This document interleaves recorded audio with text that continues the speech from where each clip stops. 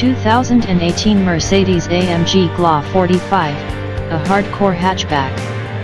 The verdict: the 2018 Mercedes AMG GLA 45 is a hardcore hatchback with real-deal AMG feel. Versus the competition, there are plenty of $50,000 sports cars out there, but few are hatchbacks. The 2018 Mercedes AMG GLA 45 compact SUV is a bona fide AMG product, just like the rest of Mercedes' high-performance, range-topping AMG lineup. It has a hand-built, 375 horsepower powerhouse engine under the hood and a totally unique driving experience compared with the regular GLA-Class. The AMG GLA 45 starts life as a little SUV, truly little. The GLA 250 is small for its class and dumps the ride height thanks to a lowered suspension, then adds 167 horsepower and gets a 167 mph top speed. New for 2018.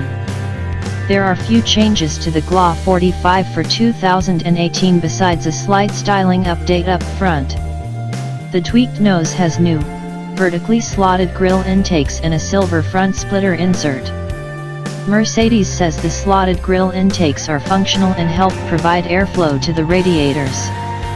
Out back, a new diffuser insert adds a racier look, while Mercedes says the roof-mounted lip spoiler is functional. That all sounded nice until I gazed upon my kryptonite green metallic test car with an optional high-mounted black rear spoiler and 20-inch AMG multi-spoke wheels. Around the office, we called it the Snot Rocket. At an as-tested price of $71,000, the ostentatious paint and tacked-on spoiler were too much for me. Maybe they would be just the right amount of Fast and Furious for you. Acceleration. Few cars have as big a range of acceleration and throttle responsiveness as the AMG GLA 45 does, thanks to its various driving modes. Somewhere between the least aggressive comfort mode and the appropriately named and optional race mode, Mercedes seemingly uncorks the engine's additional 167 HP. In comfort mode, the engine is tame, the turbocharger responds slowly and there's not much oomph under the accelerator pedal. Plus, the transmission shifts lazily. The experience is exceptionally unexceptional. You better have a clear section of road ahead when you flick into race mode, because this little booger flat out rips. The transmission builds engine revs from a stop for quicker launches, and the engine comes alive with crisp accelerator response and pulling power. It feels every bit as strong as its 375 HP suggests.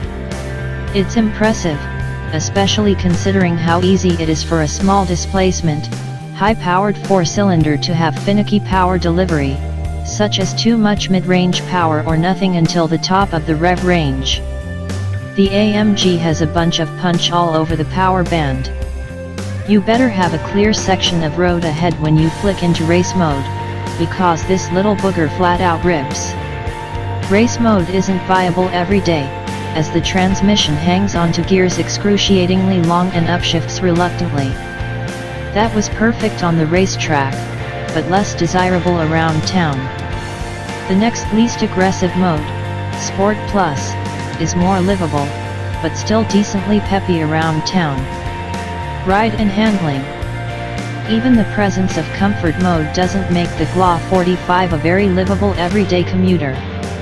Our test car was optioned with the AMG Dynamic Plus suspension, a package for dedicated track goers that also includes a limited slip front differential and race mode. The optional suspension certainly livens up the GLA 45's handling performance, but it sacrifices ride quality. I did not enjoy driving the GLA 45 around Chicago, but wow, did it come alive on Joliet's Autobahn Country Club's North Circuit, with flat handling and tenacious grip from the all-wheel drive system that made the track experience a breeze. The GLA 45 feels safely planted even near its traction limits, and those limits are pretty high. Everyday livability, or lack thereof. The GLA 45 isn't a great SUV. It's a fantastic sports car, or perhaps a hot hatchback like a Ford Focus RS or Honda Civic Type R, though smaller.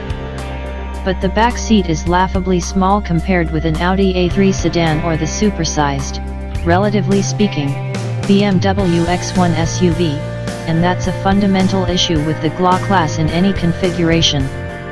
However, it's less of an issue if you consider the GLA-45 a sports car. Sports cars, of course, aren't often purely practical purchases.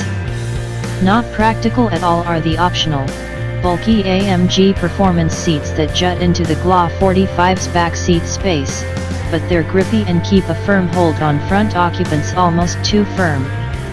As a skinny guy, I felt the side bolsters were excessive even with their adjustability fully relaxed. For the money, the AMG GLA-45 is a better impractical sports car than the GLA-250 is a practical small SUV. Despite a small back seat and cargo area, the AMG has more room than coupes like the BMW M2 or Audi TDS, which are around the same price. The GLA-45 we drove was loaded with optional equipment that gave it a $71,000 price tag, but you can get all the important performance stuff in the mid-$50,000 range. It starts at $51,595 with destination.